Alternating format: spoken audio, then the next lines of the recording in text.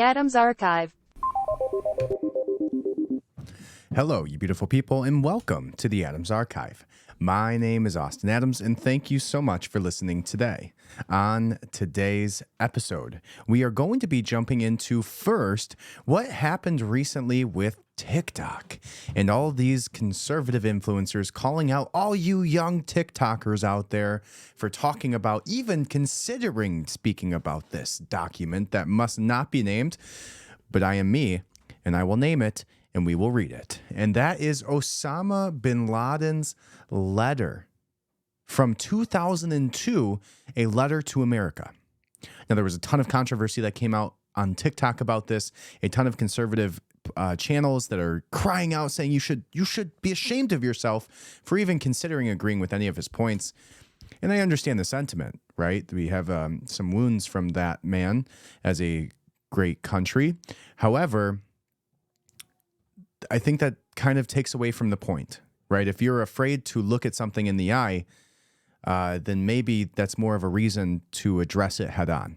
So we will read that together. And I believe personally there is actually some valid points, and hold your thoughts until I read it, because I think you might agree too. All right, once we walk through that, we are going to then move on into what has been called an agreement on a ceasefire between Israel and Hamas. We'll see how long that lasts for and what the actual breakdown of the deal was, but we'll go into that together. After that, we will go into the Michigan Capitol enforcing its gun ban with artificial intelligence. We'll actually look at the name of this company, which is Zero-Eye, and we will watch some of their advertisements. We will see what this technology actually does and talk about what the implications of that could be on your Second Amendment rights in the future, where Big Brother knows exactly who's carrying and when. Following up on that, we will go into the situation with the U.S. Army, who has asked their troops who left because of the COVID mandate, come back, we need you. Oh, no, that silly thing we did where we kicked you out because we wanted to mandate a experimental drug on your body and then not pay for the effects of it later. Oh, that thing. Yeah. Don't worry about that. Just come back. So we'll actually read that letter together from the Army that they issued. And then we'll talk all about the OpenAI drama that has been going down. If you haven't heard about this, it is crazy. This shit's definitely going to be a documentary in like 10 years from now, 5 years from now, who knows, 3 years from now, if AI can put it together fast enough. This was one of the wildest sagas that you've seen in modern business history. Okay, so we will talk about that. We'll walk through what the situation is. I am pretty astounded by the way that this went down. They essentially could have just dismantled a multi-billion-dollar, probably the single most powerful entity in the prospect of the future of humanity as standing today, over a weekend and over a split-second decision, which was not very well thought through, which ended in 95% of their employees threatening to leave and go to a different company. So we will actually read that letter today together too. Wow, we're reading a lot of letters. I didn't realize that. And then last but not least, we will talk about the president of the libertarian president of Argentina that was recently elected, and he has some wild moments, but I also have some agreements with him, and they're calling him this far-right crazy guy because he's talking about the deep state and saying he wants to dismantle the overbloated government, and so lots of interesting stuff. And then he went through the parade with a chainsaw, saying he's going to cut down government spending. So wild dude, but I'm all for it. All right, guys, that's what I got. Go ahead and hit that subscribe button. Leave a 5-star review. If you are watching this and not just listening, you'll notice that I cut some hair on top of my head. So essentially got a crew cut now. So, if you see me on Instagram, I might look a little bit different than you saw me before. All right, that's what I got for you guys. Subscribe, leave a 5-star review, and yeah, let's jump into it.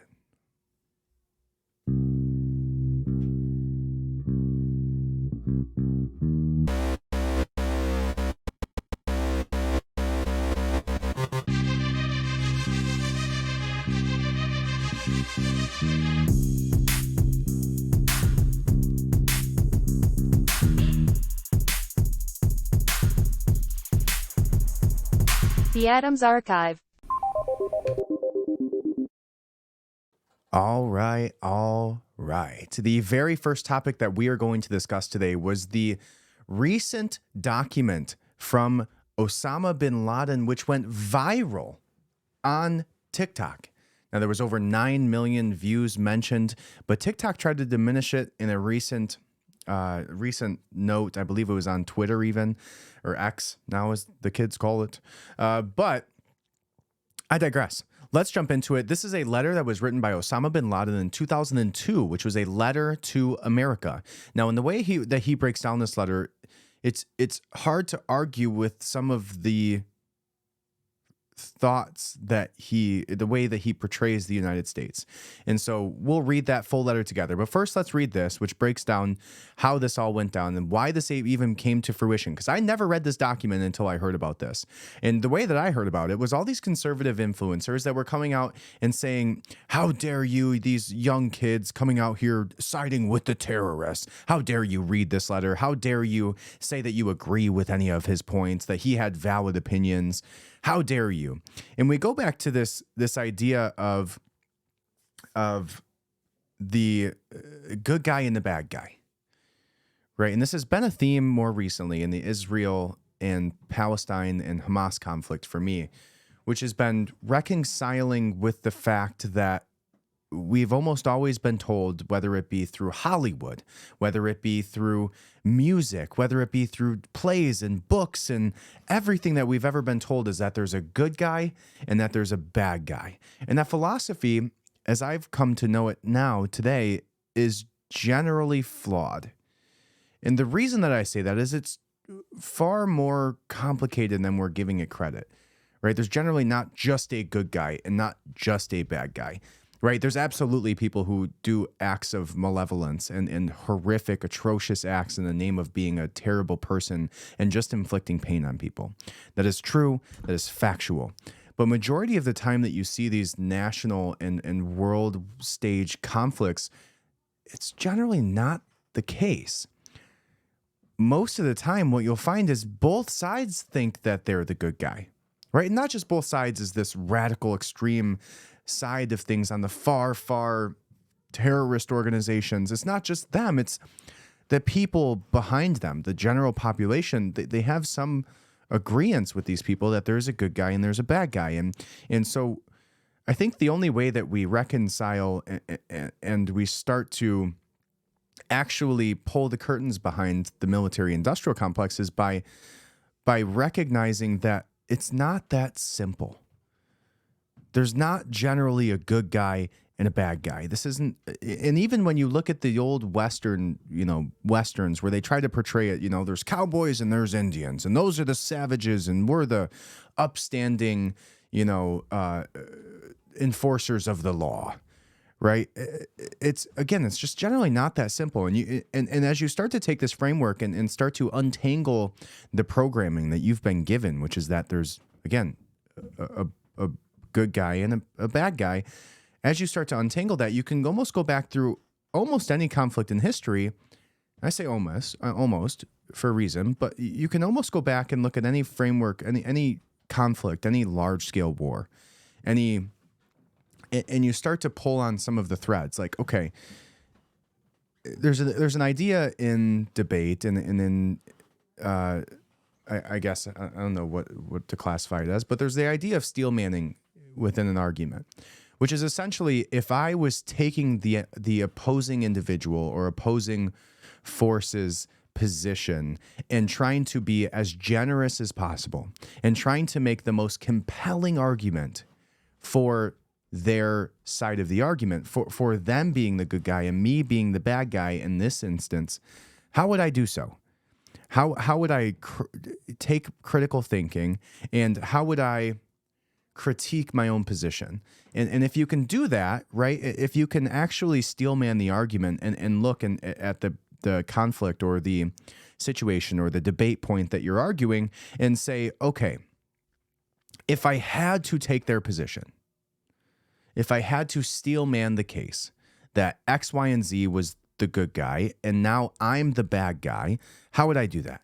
And if you take that into the equation, you start to see that, okay, maybe there are some compelling opinions on maybe why we shouldn't be in this conflict to begin with, right?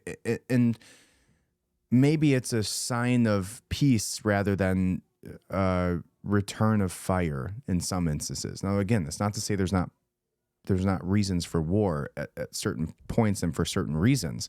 And if we are going to say that, you know, in the instance of Israel versus Palestine, I would much rather them come out and just say, hey, we're taking our land back, almost the same way, you know, that they tried to frame that as what it was for Russia, right? Russia not wanting Ukraine and NATO to infringe on their territory, or at least within the immediate vicinity of it. They even tried to go, oh, they're colonizing Ukraine. It's like, okay, that's not really what's happening here. So even if we were to be generous within the Israel and Palestine conflict and say, okay, they're doing this as a response and not just to colonize the area, which it seems more and more likely that they're just trying to take that area over. However, we'll get into that ceasefire a little bit later in here. But my point in this is that when you go back and you start to do that unwinding and start to take that steelman argument and look at some of the things that have happened in history, whether it be to the United States or by the United States against other countries or individuals or organizations, you can start to, at the very least, steelman your argument. If you want to say that the United States is the good guy and every other country we've ever been in conflict with is the bad guy, and you want to die on that hill, you better be able to steelman that argument.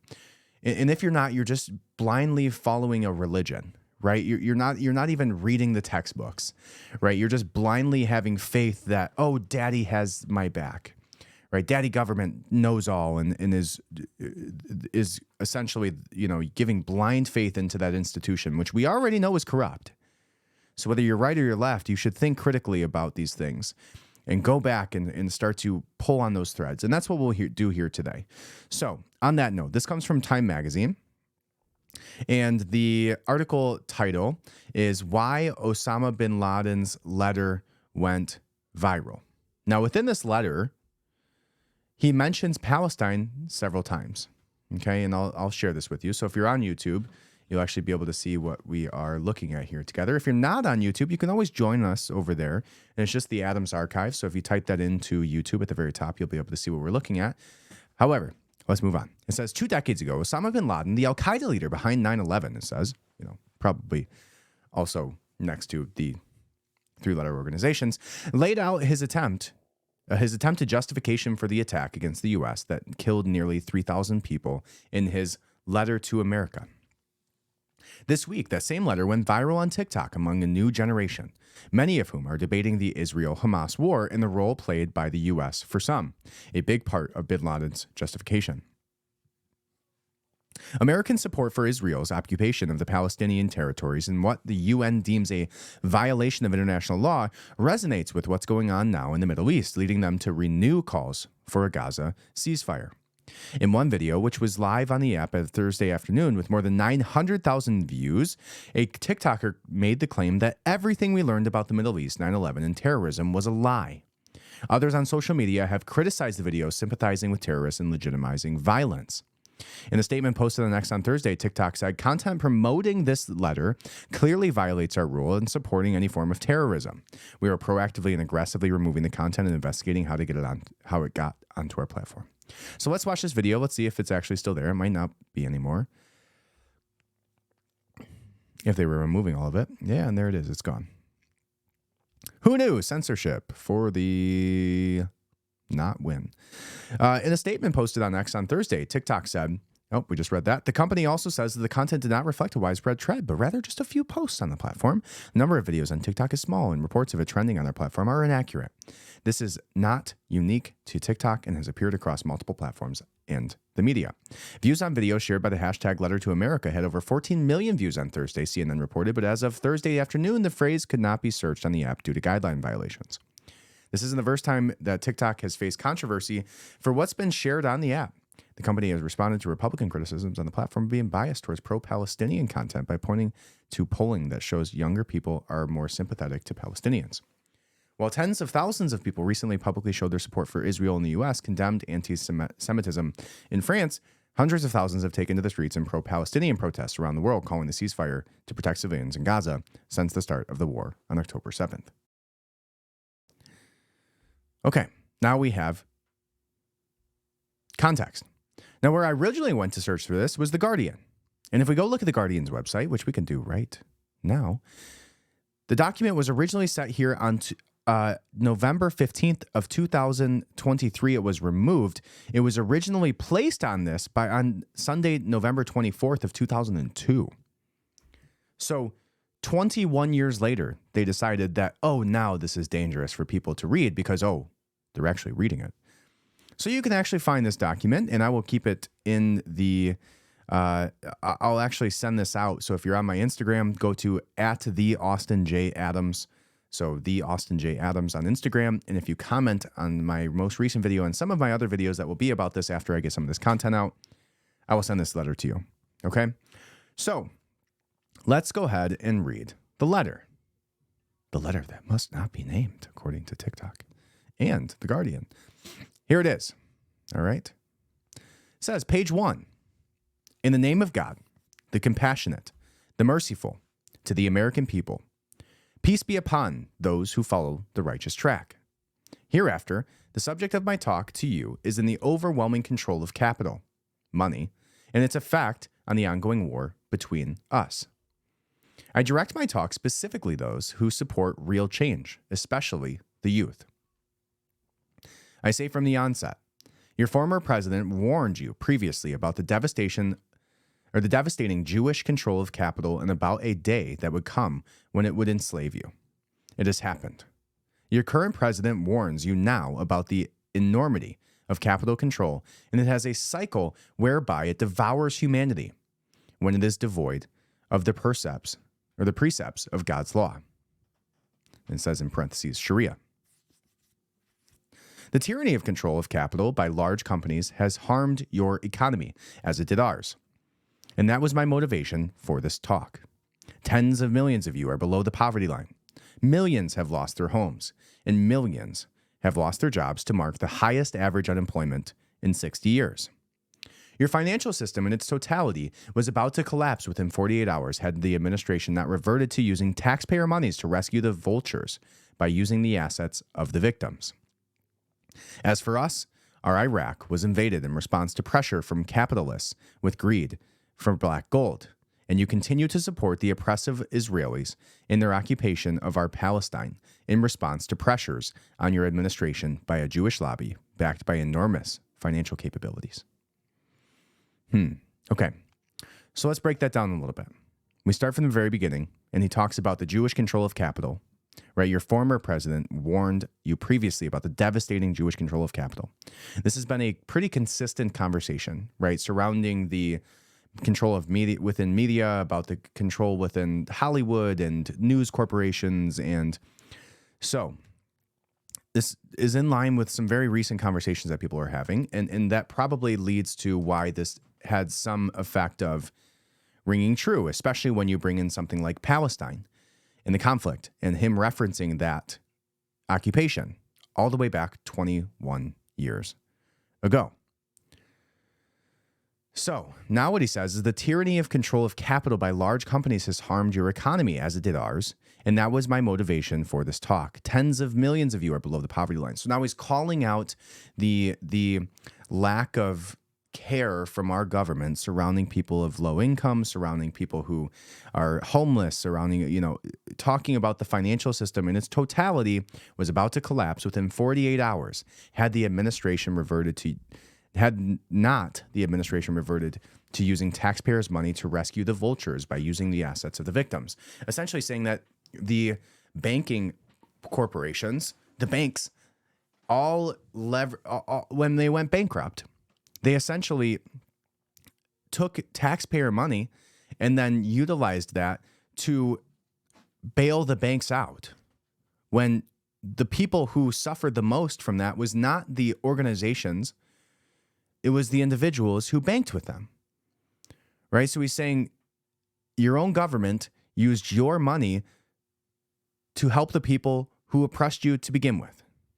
As for us, our Iraq was invaded in response to the pressure of capitalists, then talks about their greed for black gold, meaning oil. And you can continue to support the oppressive Israelis in their occupation of our Palestine in response to pressures on your administration by a Jewish lobby backed by enormous financial capabilities. Now, what we look at there is the discussion surrounding the fact that and you continue to support the oppressive Israelis in their occupation of Palestine in response to pressures by your administration. Okay, so what we can get into from that is realizing that this has been a long-standing issue that has been bubbling below the surface for a very long time, right? This discussion around the powers that be, the individuals that we know, however many families that control a massive amount of wealth, right? You want to get more into that? Go back to the episode that I did on the Creature in Jekyll Island, which is a great book that was written surrounding the end of the gold standard and the rise of the Federal Reserve. Now, go back and look at who the people were that were involved in that conversation. I believe it was 12 to 13 families that were on a private train together. And essentially, on Jekyll Island, which is a small island, came up with the idea of the Federal Reserve and then implemented it perfectly. And they now control all of the world as a result of controlling the largest corporation or the largest country's capital, being able to essentially print money at will with no repercussions to themselves and just to the American people, right? In walks inflation. So now it goes on to say that an observer of the policies of the new administration realizes that the change is tactical and not strategic. It does not at all agree with the change you seek. There are very many indicators of this, especially concerning important matters related to your own security and economy, particularly the ongoing war between us. The previous administration was successful in implicating you in the wars against us under the premise that they are necessary for your security, or according to the promise that it would be short and would finish in 6 days or 6 weeks. 6 years has passed, and that administration is gone without realizing the victory. The man calling for change promised you victory in Afghanistan and set a time for withdrawal. Before the end of the set time, Patriots from the previous administration came and asked for an extension of 6 more months. If it was the 6-day war that started by President Bush and 6 years has not been enough to finish it, then the wise men should question how long would a 6-month war take and whether you would be able to fund a war that requires a large amount of money that weakens your economy and your dollar. Interesting. Okay. So what he's saying there is essentially that they said this would take 6 days. Now they said it was 6 weeks. Now they're saying it's 6 years. Right? And how much are you willing to sacrifice as a country of your financial stability as a nation by simply coming over here and looking to go after our oil, which, we go back to the weapons of mass destruction conversation, which, were never found. Okay? So, moving on here. So that's interesting to me. It's like the amount of people that are now realizing that there's some cracks in the armor, right? That the great nation that we were told, that we were brought up as patriots for, that, I myself joined the military to defend, right? Maybe there's some questions that should be asked about whether or not we should be in these wars. And you guys know, if you listen to me enough, that at this point, there's very little you could do to convince me that we should be at war with essentially anybody unless we're specifically defending our home territory, which nobody's encroached upon the United States in Lord since the British. So moving on. This says for Obama to leave 1/3 of its soldiers in Iraq, and the statements from his administration about this, especially from Adorno about the possibility for Obama's ordering the return of the forces he took out of Iraq, it would have been better for him had he disagreed with the ethics of the previous administration and adopted the truth as a friend and told you that he would not withdraw from Iraq, which may not serve the U.S. interests, but it is in the interest of the large corporations. Right? So he's talking about the war machine. Right? He's talking about the military-industrial complex. It doesn't serve the U.S., but it serves the large corporations, meaning the same corporations that we know own all the other corporations, the same corporations who own all of the politicians, the same corporations who own all of the military companies like Raytheon, or at least have the largest share percentage within those companies. It says the course of these policies of the present administration in several areas clearly reveals that whoever enters the White House, even with good intentions to safeguard the people's interests, is no more than a train operator. His only task is to keep the train on the tracks that are laid down by the lobbyists in New York and Washington to serve their interests first, even if it's counter to your security and economy. Any president who tries to move the train from the lobbyist tracks to a track for the American people's interests will confront very strong opposition and pressures from the lobbyists. Your president described the decisions by the court in favor of corporations to intervene in the political arena as a victory, but it is not for the American people except for the big corporations. Okay, so now what he's saying is that your president is controlled. No matter how good of intentions he has, if he goes to fight the machine, if he goes to do what's in the best interest of the American people, he will be met by the corporations, right? So that's why when people are saying, oh, there's merit to this, yes, there's absolutely some merit to this. Our government has been commandeered by large corporate entities that have the only best interest of their entities making more profits. And generally, the best way to do that is by siphoning it from the people, not by serving the people's best interests. And we've talked about this. Our system is fundamentally flawed. Almost everybody who goes in with good intentions gets spit out or ends up with 13 indictments before they go for re-election. We exactly saw that play out with Donald Trump. The entire machine, all the news companies, all the entirety of Hollywood, all of the journalists that were a part of any actual legitimate organization, all of them conspired. Even the FBI and the CIA did the same thing with the letters that they signed about the Hunter Biden laptop, right?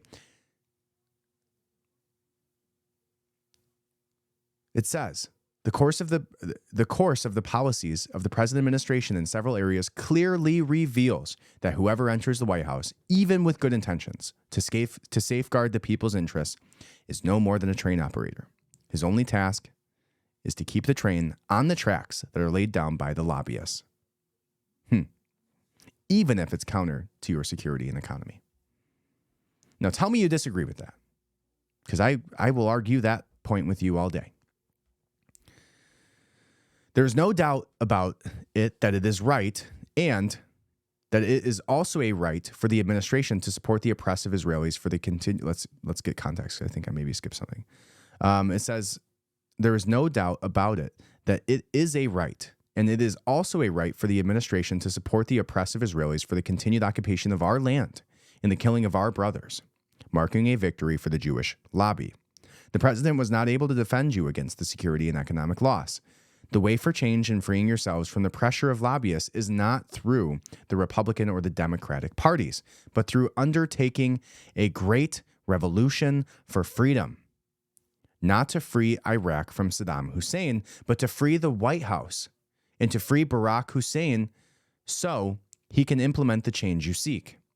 It does not only include improvement of your economic situation and ensure your security, but more importantly, helps him in making a rational decision to save humanity from the harmful gases that threaten its destiny.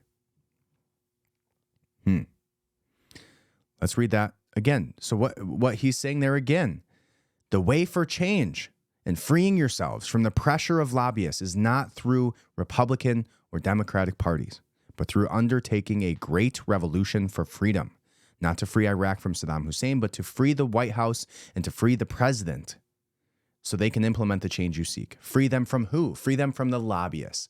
Free them from what lobbyists? Well, and what he's referencing here, he says the Jewish lobbyists, the individuals who own those large corporate entities, who control a large portion of Hollywood and the news entities, right? So again, and this is far different than when everybody wants to ring the anti-Semitic bell. It's like nobody's saying anything about the religion, and nobody's saying anything about the people who are in those areas who hold the title of being Jewish. No, it just so happens that the people that we're discussing here have a Jewish background, have Jewish blood running through their veins, and are from that origin. It does not mean anything against the peoples themselves. It means that there is a large portion of people who also hold these characteristics. That is what they push their agenda through. Okay, so it's very important to make that distinction. No, it is not all Jewish people that are running Hollywood. It is not all Jewish people that are controlling the White House. It is not all. No, it has nothing to do with the fact that they are Jewish or their beliefs in their religion or where their origin is from. It has to do with that. There is a small, very small, like handful of people and families in power that all have similar characteristic that unites them, which so happens to be that cultural background. So everybody crying anti-Semitic when you say, oh, don't bomb Palestinians, or don't agree with the fact that, there is a strong Jewish lobby, it's like you're missing the point. Love Jewish people. Love all my people. I have nothing against really any class or group or culture or background or ethnicity or race or religion.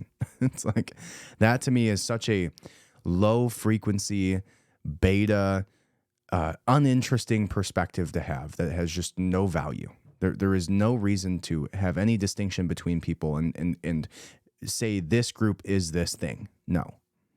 But there is a way to categorize people based on that. And when a small group of people who hold those powerful positions hold that uniting culture, then it's going to be referenced, which is important to make a distinction of. Okay? Moving on.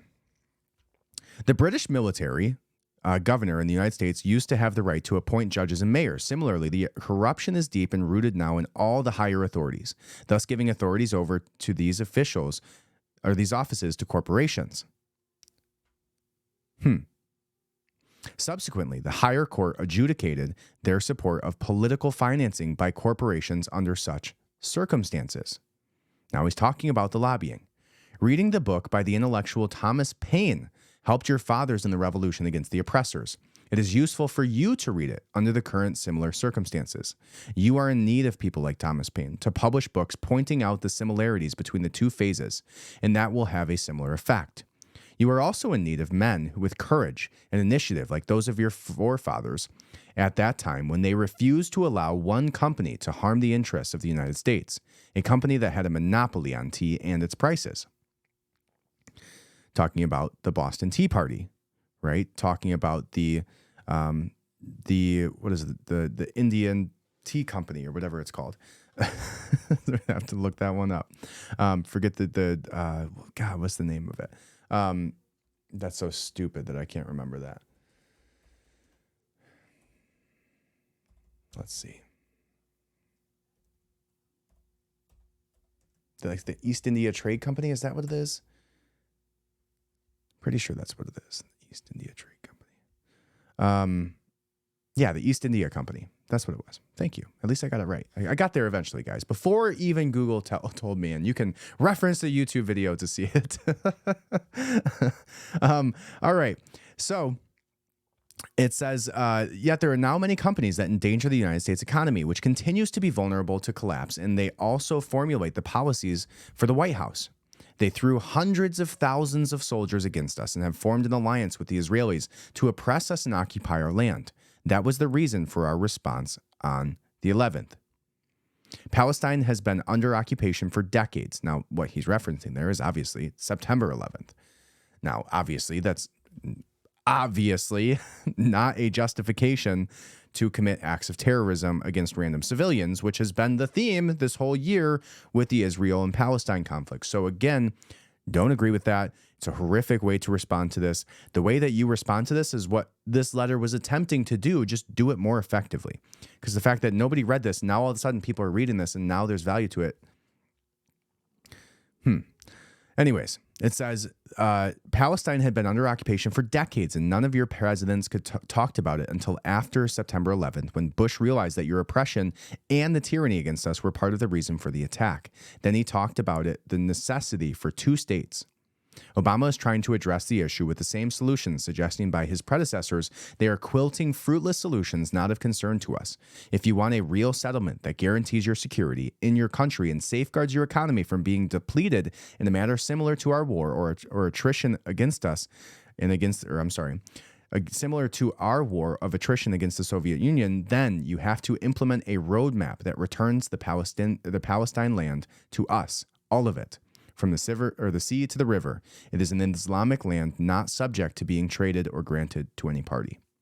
In conclusion, be assured that we do not fight for mere killing, but to stop the killing of our people. It is a sin to kill a person without proper justifiable cause, but terminating his killer is a right. You should be aware that justice is the strongest army, and security offers the best livelihood. You lost it by your own making when you supported the Israelis in occupying our land and killing our brothers in Palestine. The road to safety starts with the stopping of aggression. And again, the way to combat aggression is not more aggression. And the way to stop people from killing your people is not by killing their people. So fundamentally disagree with him on that. Palestine should not be seen, and even in his own argument there, he says that it is a sin to kill a person without proper justifiable cause. Okay, 3,000 people on 9/11 that you killed without proper justifiable cause, regardless of the country that they lived within. Palestine should not be seen captive, for we will try to break its shackles. The United States shall pay for its arrogance with the blood of Christians and their funds. Peace be upon those who follow the righteous track. All right, so again, fundamentally disagree with a lot of what he says there, but there is merit to some of the points that he makes surrounding lobbying, surrounding our president not being in control, regardless of good intentions. Several things that he said there that holds true in the awakening that we've seen over the last 3 to 4 years. So when you see all these people shouting at, saying that anybody who reads this and agrees with any of the points made, that they're a terrorist, it's no, that you're missing the point. And we probably, if you hadn't already gotten to this point where you realize these things without reading a letter from Osama bin Laden, like maybe you should do that first. And there's far better ways to probably get to this point from far more intelligent, far less polarizing, far less bloodthirsty people than Osama bin Laden. So there's that. Like you could definitely get this point across without having to hear it from him. But that you see the censorship. You see the people coming out and calling, everybody a terrorist who reshares this or says that there's any merit to some of the points that he made about the occupation. And so I just wanted to get that out there. I think it's of value to actually read through these things and not just hear the headlines and just assume that everybody who makes any point about this is siding with a terrorist organization. Because again, I fundamentally disagree with the acts that were committed on behalf of this ideology, but that doesn't mean that there's no merit to some of the points that he made about the United States of America being flawed, because it is. And if you disagree with that, you're very likely brainwashed at this point. All right. So the next thing that we're going to discuss is that Israel and Hamas have agreed to a temporary ceasefire for humanitarian purposes that include a hostage release deal, which has come from Fox News. Let's go ahead and read this article where it says the Israeli government is committed to the return of all hostages home. Tonight, the government approved the outline for the first stage of achieving this goal, according to which at least 50 hostages, women and children, will be released for 4 days, during which there will be a lull in the fighting. The release of every 10 additional hostages will result in an additional day of respite. The Israeli government, the IDF, and the security forces will continue the war in order to return all the hostages, to complete the elimination of Hamas, and to ensure that Gaza does not renew any threat to the state of Israel. The ceasefire was officially announced hours after Israeli and Hamas leaders said Tuesday that negotiations were in their final stages. Both sides ultimately agreed to their conditions. Qatari negotiators helped broker the agreement. Under the deal, Israel's government has agreed to temporarily stop its pursuit of Hamas, including its ground invasion of Gaza and its airstrikes for humanitarian purposes. Also, Hamas has agreed to release dozens of hostages in tandem with Israel agreeing to release Palestinian prisoners on a 3-to-1 ratio. Fox News' Trey Yingst reported Hamas leaders would release one hostage for every 3 Palestinians that Israel releases from its prisons. So that means that Israel essentially has to have 3 times the amount of hostages / prisoners. Hamas, which governs Gaza, took about 240 hostages from Israel during its terror attack on October 7th, when it invaded Israel and killed approximately 1,200 people, mostly civilians. The terror group said at the time that it took enough hostages, which included Israelis, Americans, and other foreign nationals, to free all Palestinians in Israel. Interesting. So you'll see the first hostages come out over the course of Thursday. Netanyahu met with his war council Tuesday afternoon, then the Security Council, and then his full cabinet before the agreement was announced. Ahead of the meetings, he said he hoped there would be good news. Earlier Tuesday, Hamas leader Ismail Haniyeh and Mark Rujev, the senior advisor to Israel's Prime Minister Benjamin Netanyahu, openly said a deal was closed. The deal being, hey, we'll stop for 3 or 4 days and we'll exchange hostages. For every 1 that you give us, we'll give you 3. Okay. So not exactly what I was thinking. So this is not a long-term ceasefire. This is just a ceasefire for 3 or 4, potentially 5 days where they release their hostages together. And then Israel will go back to leveling the city of Gaza, apparently. Yeah, that's what it seems like. Okay. Not exactly what I was thinking, but as you guys know, when things pop up and we have breaking news, you'll get it while we're here. So again, this was Israel and Hamas agreed to a temporary ceasefire hostage release deal, including freeing 3 Americans. Now, the original headline of this made it seem like it was more of a long-standing agreement, which obviously it's not. So let's move on to our next topic, which is that the Michigan Capitol is going to enforce gun bans with artificial intelligence. There's a software that has been created that allows them to, using video surveillance footage in real time, to identify threats. And by threats, they mean anybody who's potentially carrying a weapon, whether it be lawful or unlawful.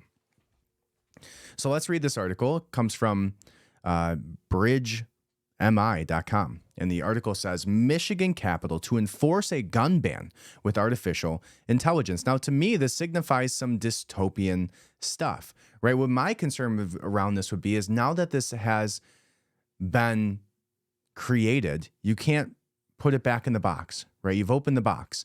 Now there is a software that will allow them to identify people who have weapons on them, whether it be lawfully or unlawfully, because it is all right to carry and bear arms.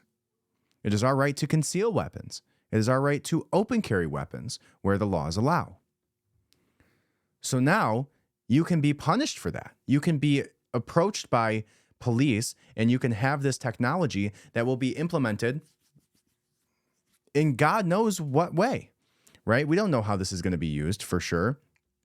How do you make sure that this isn't going to be used to, I don't know, stop people from defending property or defending life at rallies when they're allowed to open carry, right? In walks Kyle Rittenhouse.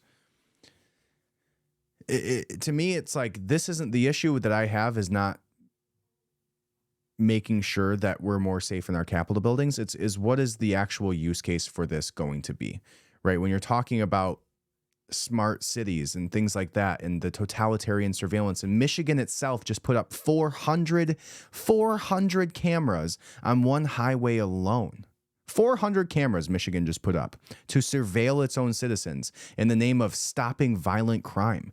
How does 400 cameras on a highway stop violent crime? That's not what it's for. It's to surveil the general public. If you think that that data just stops and they're scrubbing through hundreds of thousands of tens of thousands of millions of cars flying by every single day to look for 1, 2, 3, 4 people, no, there's no return on investment there, right? They want to surveil people. They want to know where you're going, how you're getting there. I challenge you to drive down the highway right now, drive 5 miles in any city without seeing a camera up in the sky watching you drive.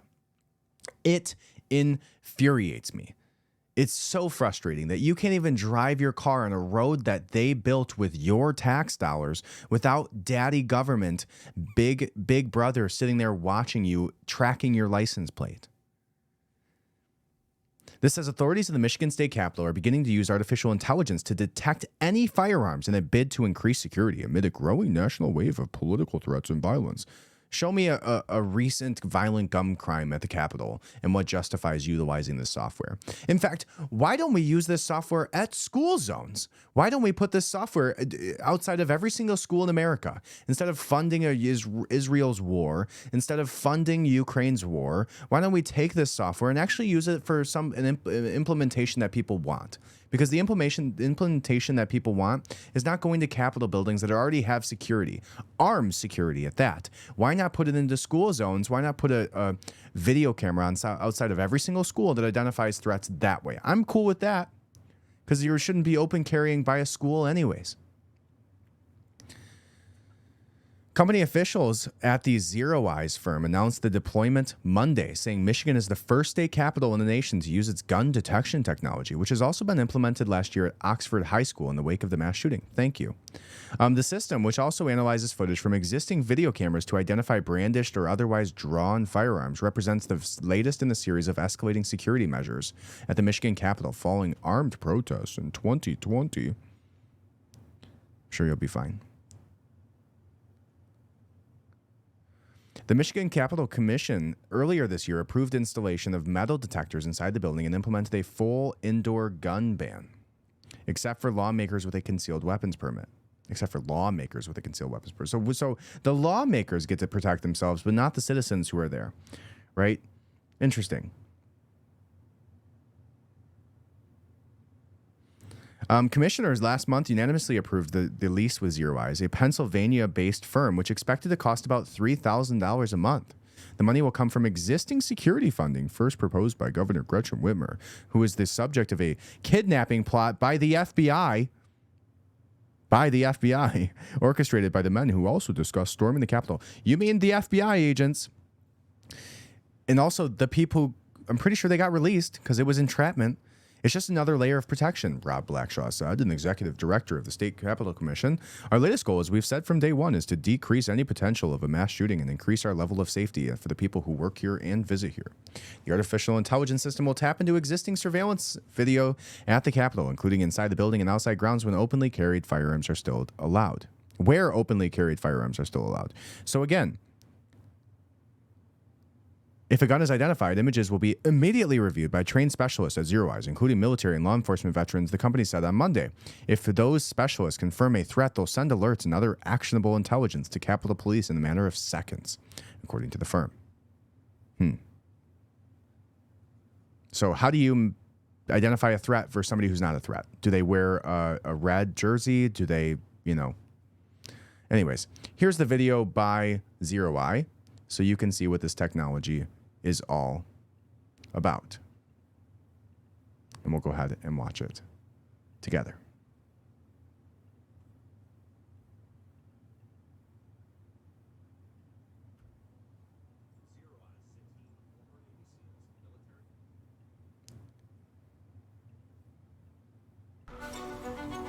Zero Eyes is a team of former Navy SEALs and military special operations veterans teamed up with elite technologists with a mission to save lives. We use your existing video cameras, coupled with our artificial intelligence gun detection, to prevent threats rather than react to them. There's no better purpose right now and no more difficult problem to solve than mass shootings. We go over the existing security cameras at a building, so on the interior and exterior, at entrances, exits, choke points, bottlenecks inside the hallways. So when a shooter walks up and they take out a weapon, Zero Eye system will pick that weapon up. And our military trained operation experts verify every detection before sending out alerts to local staff, security, and the local 911 center to get the alert to first responders. It takes about 3 seconds from the time a gun enters the frame of a camera to the time an alert is sent. So now they know what the shooter looks like, what type of weapon they have, You have an armed subject in the southwest hall. how many there are, and what was their last known location. First responders on scene have access to this information before shots are fired. That will allow them to go directly to the shooter and prevent more violence from occurring. Drop your weapon now! Drop the gun! Drop the gun! So we could really decrease response times and save lives. Turn around! So we want to stop threats at first sight, not first shot. Mass shootings are devastating. Current alternatives are reactive. We need a proactive solution that mitigates gun violence, provides actionable intelligence, reduces response time, ultimately saving lives, while at the same time respecting our privacy and rights. Zero Eyes is that solution.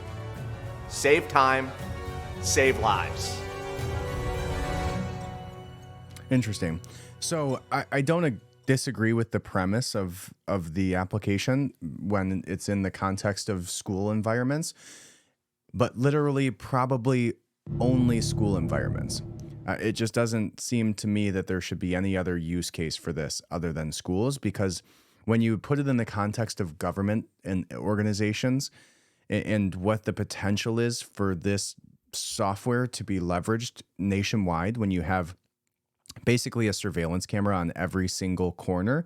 Now, within 3 seconds of anybody ever having a weapon that they legally hold, according to our Second Amendment rights, they can be identified and immediately have authorities contacted for no other reason than lawfully carrying a firearm. Right? And like I said, you have Michigan putting out 400 cameras just on their highways alone with your tax dollars to surveil you. And for $3,000 a month, they too can make sure that you're not actually leveraging your rights as an American citizen.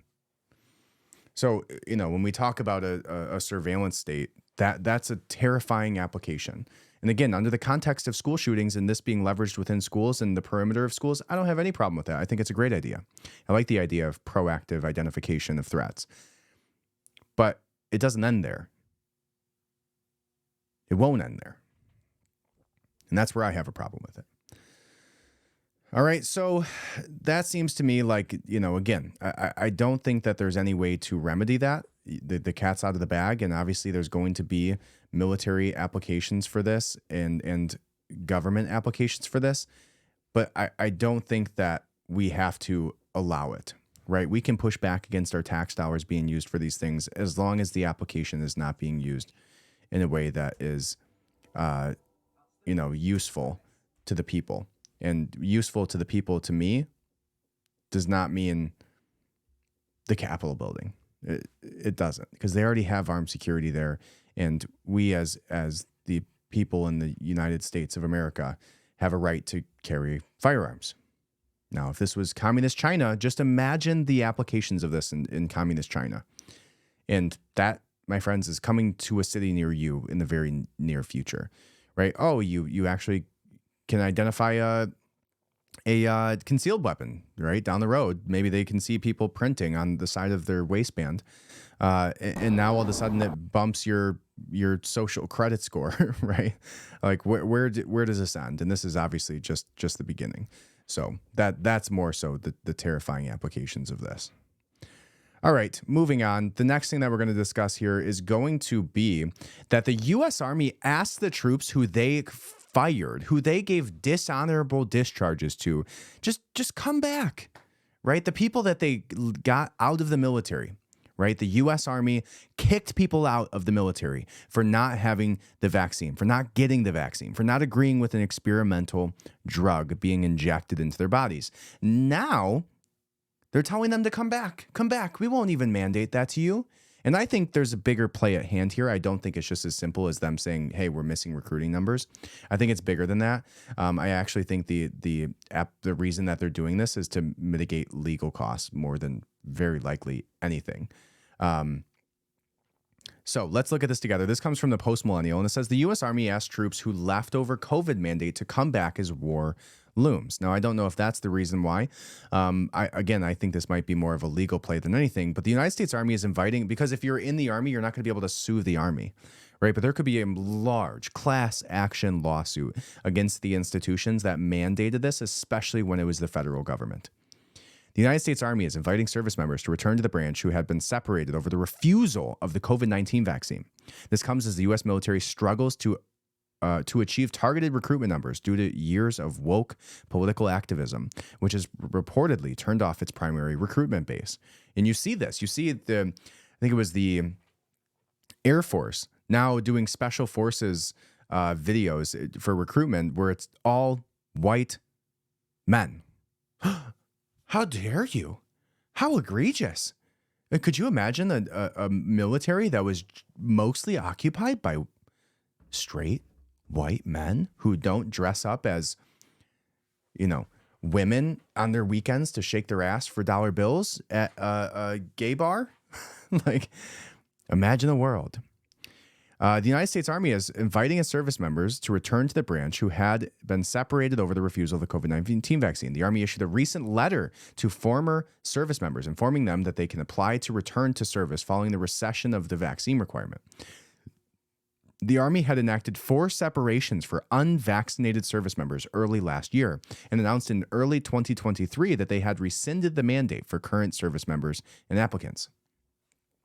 The letter uploaded to X reads, "Dear former service member," and I'll read it here verbatim for you. "Dear former service member, we write to notify you of new Army guidance surrounding the correction of military records for former members of the Army following recession of the COVID-19 vaccination requirement. As a result of the rescission of so let's try that again. We write to notify you of the new Army guidance regarding the correction of military records of the former members of the Army following the rescission of the COVID-19 vaccination requirement. As a result of the rescission of all current COVID-19 vaccination requirements, former soldiers who were involuntarily separated for refusal to receive the COVID-19 vaccination may request a correction of their military records from either or both of the Army Discharge Review Board or the Army Board for Correction of Military Records. Individuals may request a correction to military personnel records, including records regarding the characterization of a discharge, by submitting a request to the ADB or the ADRB or the ABCMR online at said URL. Individuals who desire to apply to return to service should contact their local U.S. Army Reserves or Army recruiter for more information. Individuals may locate an Army recruiter by visiting that website. How about no? How about if you want to mandate upon my body a experimental drug that we now know caused harm to me, that you did not have my best interest in mind. You had the best interest in mind of pharmaceutical companies. You had the best interest in mind of saving political face to half of the country who wanted to, call on people to have separation of workforce and have people lose their jobs and lose their livelihood and not be able to even see their grandma in a hospital if they don't get vaccinated, right? Like we went so crazy during COVID.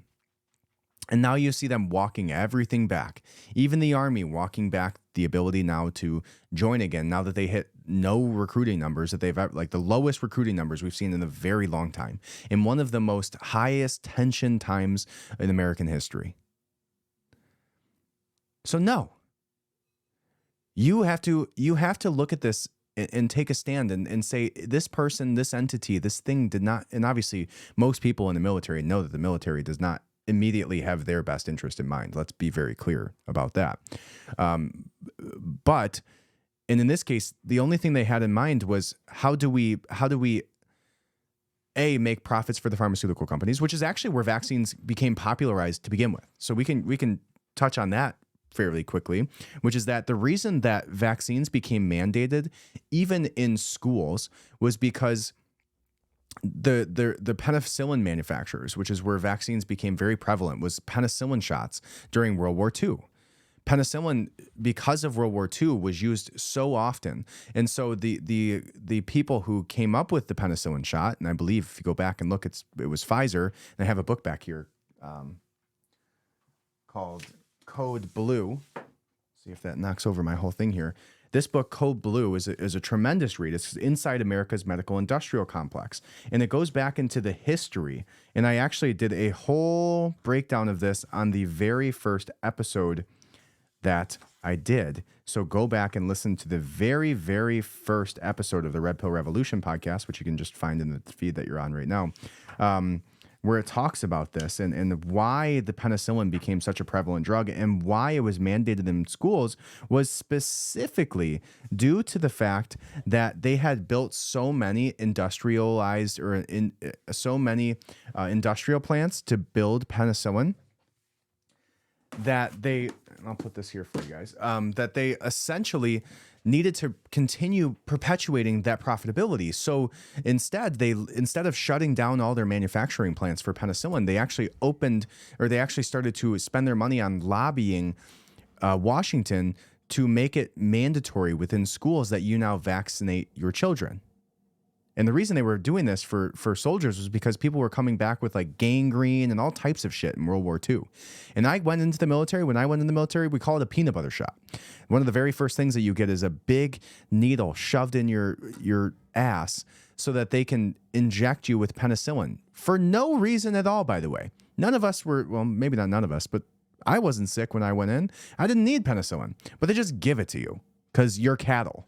That's all you are to them, is cattle.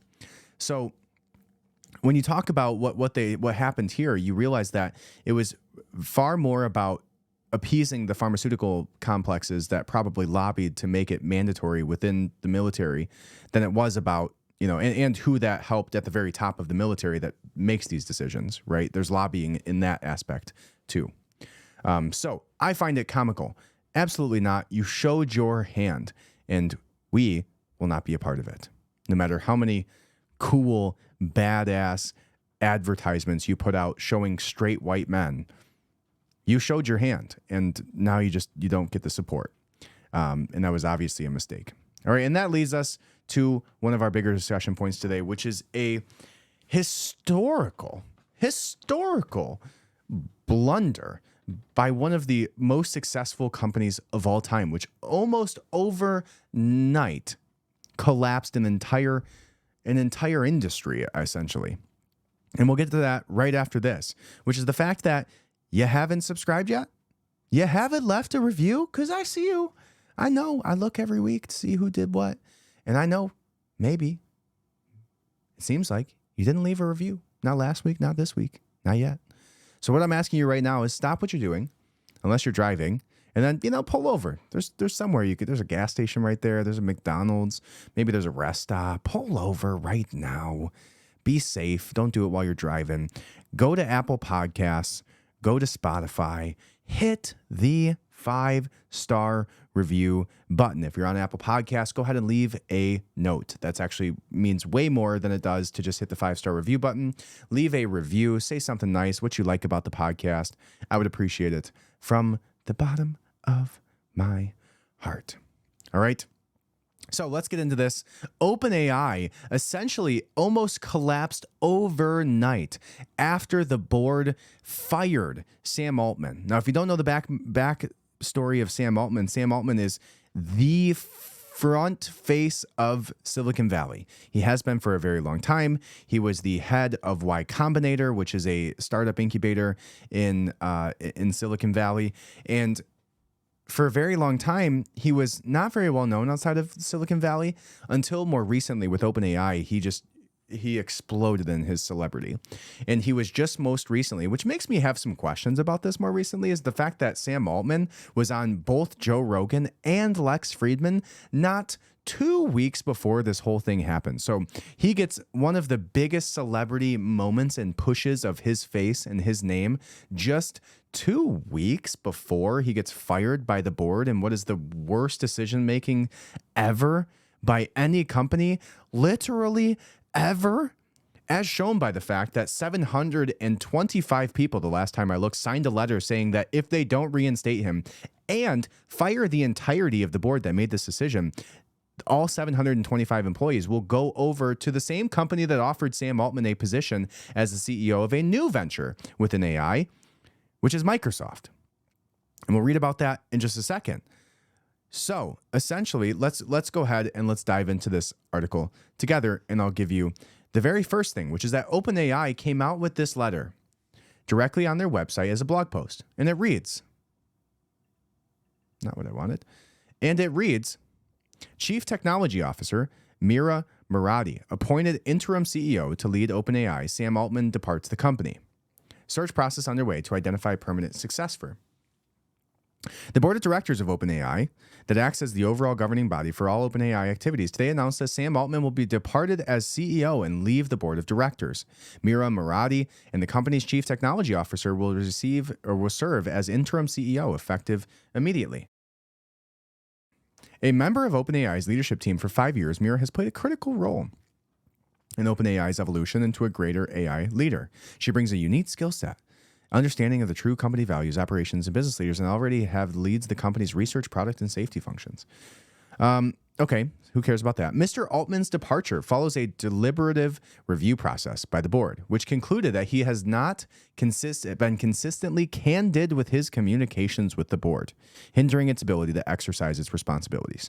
So the reason that they state, which is so obscure and vague, and nobody seems to actually know the reason, and they won't come out with it, even after being threatened by all sorts of people within OpenAI, including the letter. Mr. Altman's departure follows a deliberative review process by the board, which concluded that he was not consistently candid in his communications with the board. So because he wasn't candid with us, we're going to fire him. Okay, probably the worst decision ever. The board no longer has confidence in his ability to continue leading OpenAI. In a statement, the board of directors said OpenAI was deliberately structured to advance our mission to ensure that artificial general intelligence benefits all of humanity. The board remains fully committed to serving this mission. We are all grateful for Sam's many contributions to the founding and growth of OpenAI. At the same time, we believe new leadership is necessary as we move forward. As the leader of the company's research, product, and safety functions, Mira is exceptionally qualified.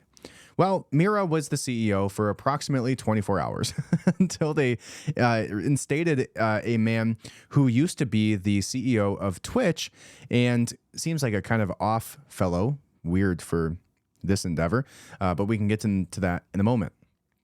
Now, during this transition, you'll find that they had all sorts of crazy things happen in the wake of this, which is the fact that as a result of them outing Sam Altman, 95% of OpenAI workers have threatened to quit OpenAI in a letter if Sam Altman is not reinstated as CEO.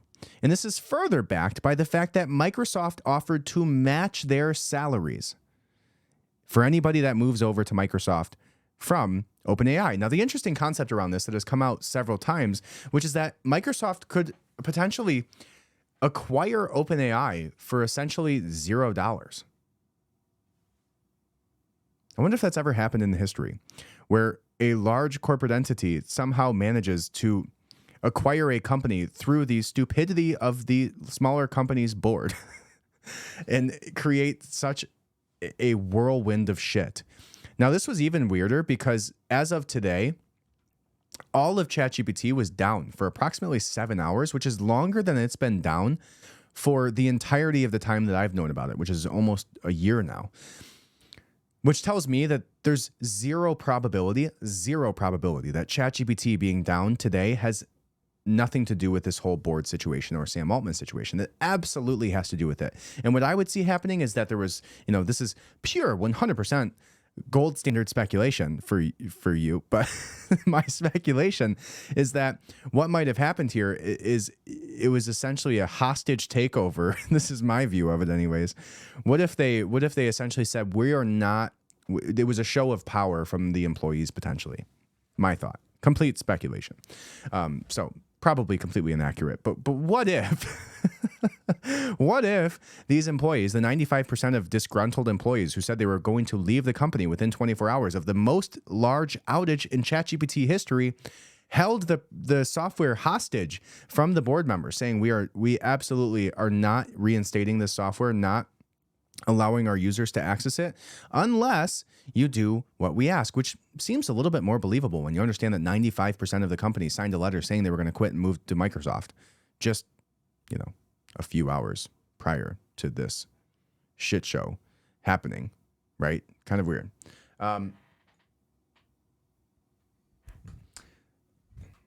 So let's go ahead and read this article together, which states 95% of the workers talks about the letter that was written. And here we go. The article comes from Business Insider. And it says, nearly all OpenAI staff members have threatened to quit unless all board members resigned, and ex-CEO Sam Altman is reappointed, according to the latest count of staffers who have signed a letter demanding his return. The number of employees who have signed the letter has been rising through the day on Monday, and now includes nearly all of OpenAI's workforce of 770, according to a tally by a reporter at CBS News.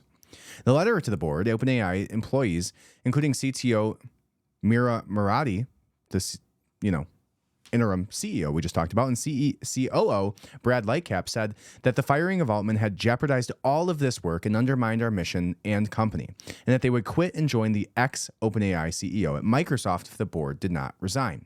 The letter was first reported by Wired on Monday and shared by tech journalist Kara Swisher online, who said that the list of signees is growing. And we can read that in just a second.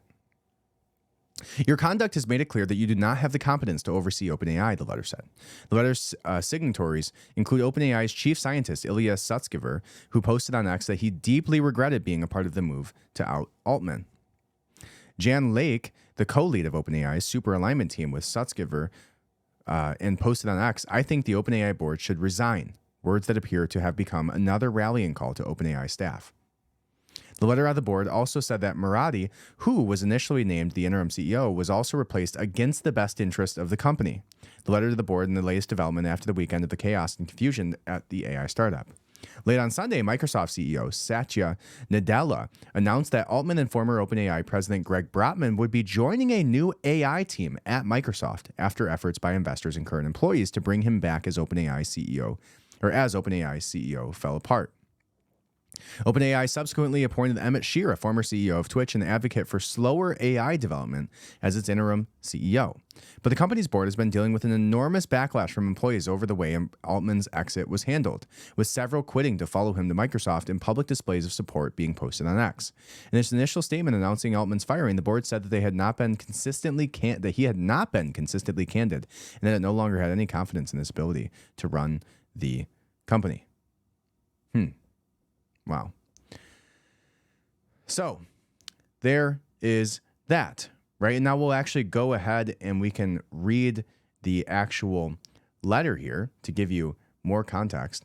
But it touched on the major points right there. And it's pretty wild. Like, to have that type of buy-in is unbelievably impressive. You don't get that type of loyalty in your own family. Like, for most people, you're not going to get a 95% approval rating from your own family members, let alone getting that from such a large entity. So that speaks volume to Sam Altman himself, his character, and his buy-in as a leader, that he has so many people willing to put their jobs on the line for something that they thought was done in malice and done unrightfully. And good on them for doing it, right?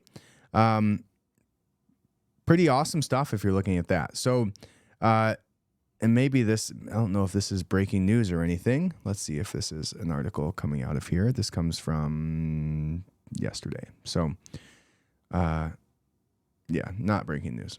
Here we go.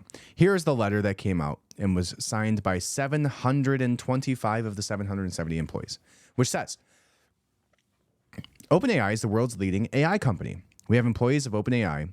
We, the employees of OpenAI, have developed the best models and pushed the field to new frontiers.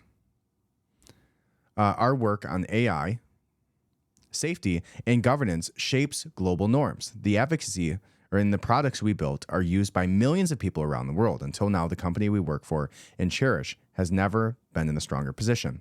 The process through which we terminated Sam Altman and removed Greg Brotman from the board has jeopardized all of this work and undermined our mission and company. Your conduct has made it clear that you did not have the competence to oversee OpenAI.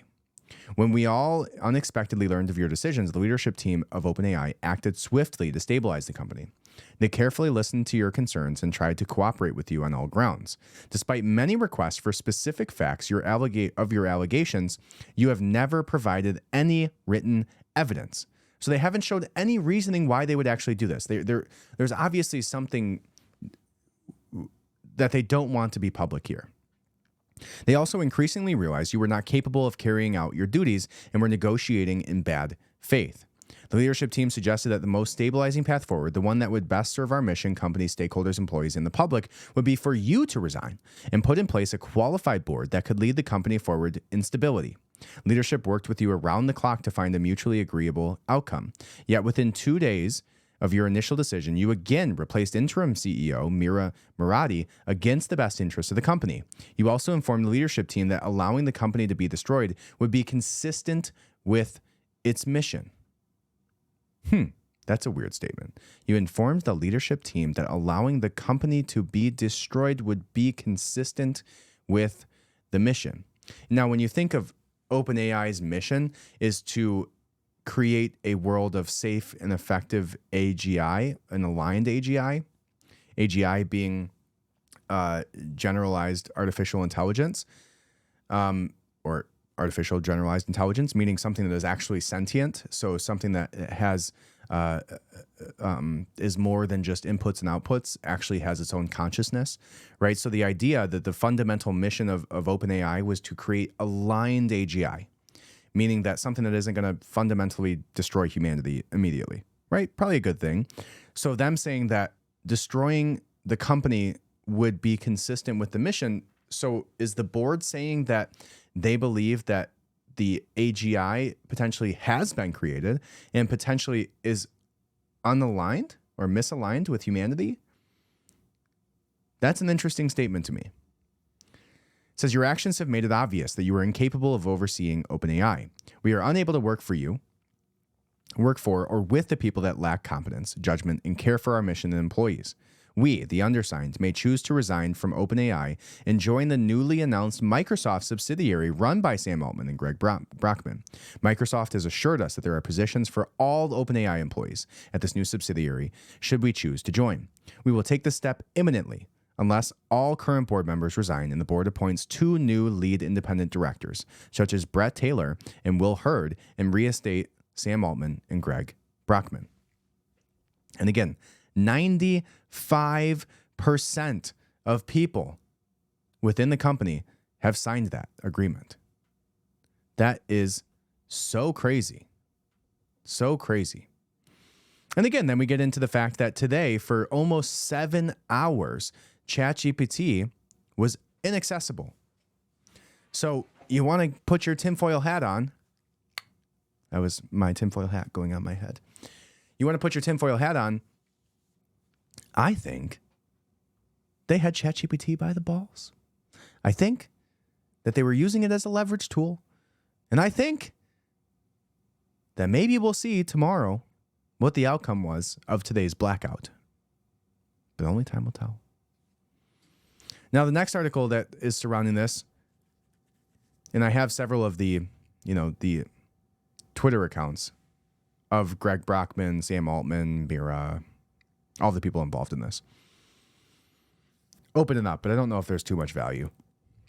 There was some simple, initial, interesting tweets, but, the whole AI team said, I love the OpenAI team so much. And that was Sam Altman. Then all these other people came out and said, essentially, and we can look at Mira's, which I believe would have,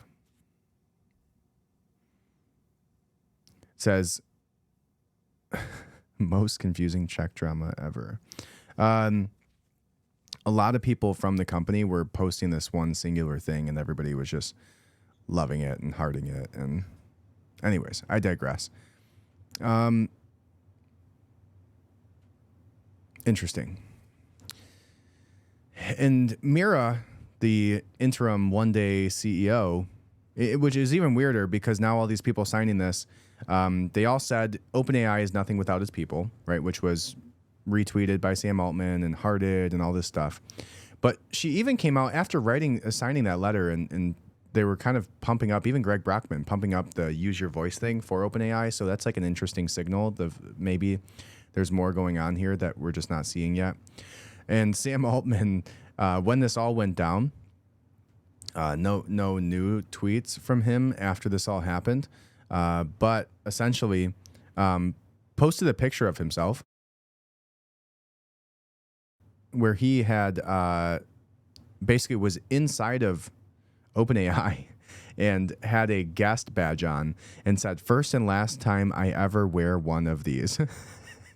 And people replaced it with a Uno reverse card because, as everybody else said, they outed Sam Altman, but then Sam Altman really kind of outed the board because he was the person with all the chips, because he had actual buy-in and loyalty from his people, which the board did not. And this is like, from a leadership perspective in business,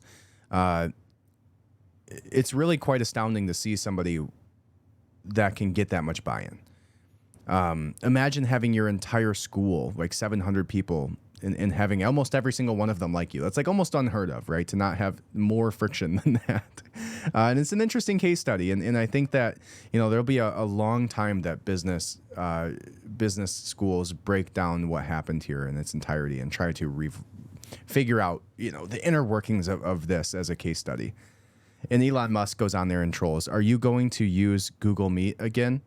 Because what you found from this is that a company essentially acquired by or invested 49% of the company's shareholdings by Microsoft used Google Meet, which is just hilarious. There were some articles that came out today and yesterday, one being Sam Altman is still trying to return to OpenAI as CEO. Says Altman's move to Microsoft isn't a done deal, and Ilya Sutskever's flip to supporting Altman means 2 board members need to change their mind, and that's it. Interesting. Quote from Sam Altman said, "We have more unity and commitment and focus than ever before. We are all going to work together someday or another, and I'm so excited. One mission, one team." And another article says that Microsoft hires Sam Altman hours after AI rejects his return. That was a couple days ago. And then the next article says Microsoft offers to match pay of all OpenAI staff. And again, not sure what's going on with this guy's chin. That is like a weird... this guy has like a landing strip on his face. I'll show you this because this is just hilarious. This is a Microsoft guy, I guess. I don't know. Why would you have that on your chin? Just completely, I don't know. Anyways, Microsoft is offered to match the pay of any staff who joined from the crisis-ridden OpenAI. Sam Altman was controversially sacked as CEO on Friday, leading to a job offer. And it's crazy that it's only Tuesday. Almost every staff member at OpenAI has threatened to leave unless he and co-founder Greg Brockman are reinstated. It is unclear whether Mr. Altman will ultimately join Microsoft, in which his OpenAI's biggest investor so far. Evan Morikawa, an engineering manager at OpenAI, has claimed that 743 now out of 770 employees at OpenAI have signed a letter calling on the board to resign, with staff themselves threatening to leave if their demands are not met. In their letter, they claim that they have been offered jobs at Microsoft, something that company's chief technology officer, Kevin Stott, has now confirmed, telling staff that if they needed, they will be hired by Microsoft in the role that matches your compensation. Interesting. And this is the tweet from Kevin Scott, which is at Kevin_Scott, which says, "To my partners at OpenAI, we have seen your petition and appreciate your desire potentially to join Sam Altman at Microsoft's new AI research lab. Know that if needed, you have a role at Microsoft that matches your compensation and advances our collective mission. And I like how he matched it.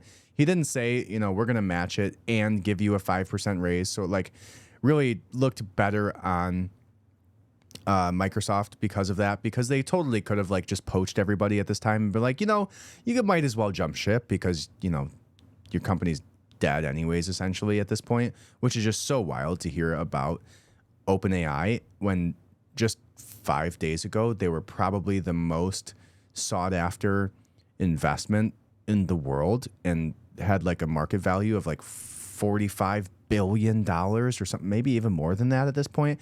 It's unbelievable how quickly something can go sideways with just bad judgment, right? Such bad judgment that they had in this instance.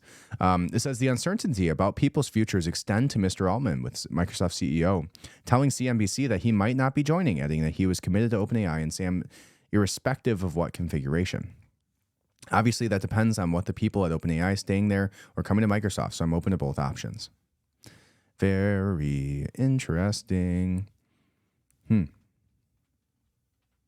Now, this obviously gets deeper and deeper into the situation, but Emmett Shear, right? This is where some of the Emmett Shear being the head of Twitch, who has been named the interim head of OpenAI, was a part of Y Combinator at some time. It says the pair crossed paths years ago when they were involved with startup investment program Y Combinator, with a viral photo of them as part of the group spreading on social media.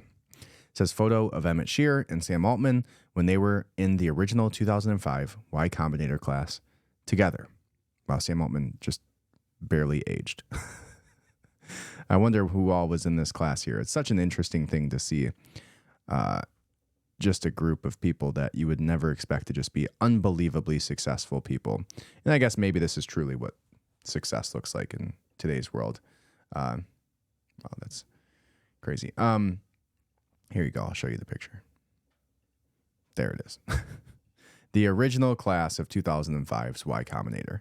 And again, that was something that I had kind of brushed shoulders with in the past, is originally had presented an idea to it was actually Sam Altman's assistant around the potential to getting into Y Combinator at one point with a startup idea that I had been working on with actually my father at the time, which was really interesting. So interesting stuff. Here is the rest of the article. If you want to go read the rest of it, it's from BBC. And again, it's titled Microsoft Offers to Match Pay of OpenAI Staff. It's probably one of the most recent articles, which was written at 11 o'clock today. And you can catch yourself up to speed on all of it. But pretty crazy stuff to me. Wild, wild situation. And probably the biggest thing that's happened over the last 5 days, by far. Even compared to that, 72-hour ceasefire that, all the news companies got so excited about. Here is the next one. So the libertarian Milei pledges new political era after election win, which for essentially, let's go ahead and read this. This comes from Reuters, and it says, Argentina elected right-wing libertarian Javier Milei as its now president on elected right-wing libertarian Javier Milei as his new president on Sunday, rolling the dice on an outsider with radical views to fix an economy battered by triple-digit inflation. Heard of that before? A looming recession and rising poverty. Milei, now this is really interesting because he's a self-proclaimed anarcho-capitalist. And if you don't know what that means, it means essentially that, you want very, very minimum, essentially zero government intervention within almost everything. And you allow the market to dictate where money is allocated, right? Like true capitalism, essentially. It's not anarchy in the way that it was framed back when we were growing up with an A with a slash through it and a circle around it, which meant, you're going to burn down a building and smoke meth or something. It's anarcho-capitalism is actually a well-known and I don't know if thought out's the word, but political ideology that a lot of people seem to start to agree with. And it's when you're libertarian and you're hyper-libertarian, almost want to rid the government completely and then just have capitalism take place and no government assistance programs.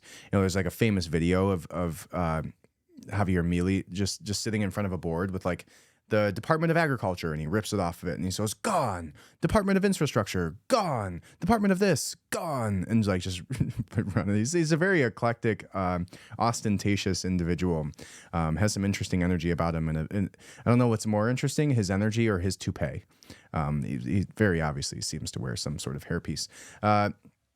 But it said Milei, who rode a wave of voter anger with the political mainstream, won by a wider than expected margin. And this is probably more aligned with like Trump effect, I would say, right? Like to see the effect that Trump had in the United States and then see it kind of bleed over in that sentiment and that that collective consciousness across the world, to see like, oh, maybe if, changing up the system, shaking up the system with an outsider worked for them, maybe it can do so for us. Now, I'm not sure if this guy's background is as prestigious as Donald Trump's, but who knows? He landed some 56% of the vote versus 44% for his rival. The model of decadence, when it has come to an end, there's no going back, Milei said in a defiant speech after the result, while also acknowledging the challenges that face him. We have monumental problems ahead: inflation, lack of work, and poverty, he said. The situation is critical and there's no place for tepid half measures. In downtown Buenos Aires, hundreds of Milei supporters honked horns and chanted his popular refrain against the political elite, "Out with them all," as rock music played from speakers. Some people set off fireworks as excitement spread. We came to celebrate this historic triumph, said Efren Viveros, a 21-year-old student from the province of Salta. I'm honestly ecstatic, they said. Honestly ecstatic. All right. It's a good way to put it, right? And just kind of like feel the mass energy of that country. At one time, when you go watch these videos of this parades and this man like legitimately running around with a chainsaw saying that he's going to cut off all of the government spending in like this wild show, was pretty interesting. And we'll watch that clip in just a second. But here's the rest of this article, which says that Milei is pledging economic shock therapy. He plans to include shutting down the central bank, ditching the peso, and slashing spending, potentially painful reforms that resonated with voters angry at the economic malaise. Milei is the new thing. He's a bit of an unknown, and it's a little scary, but it's time to turn over a new page, said 31-year-old restaurant owner Christian, who voted on Sunday. Milei's challenges are enormous. He will have to deal with the empty coffers of the government and central bank, a creaking $44 billion debt program with the International Monetary Fund, inflation nearing 150%, and dizzying array of capital controls.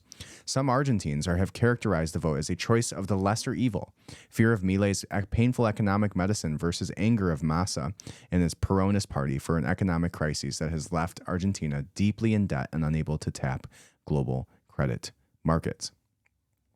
Milei has been particularly popular among the young, who have grown up seeing their country lurch from one crisis to another. Perhaps not everything Milei says I could agree with or identify with, but he is our future.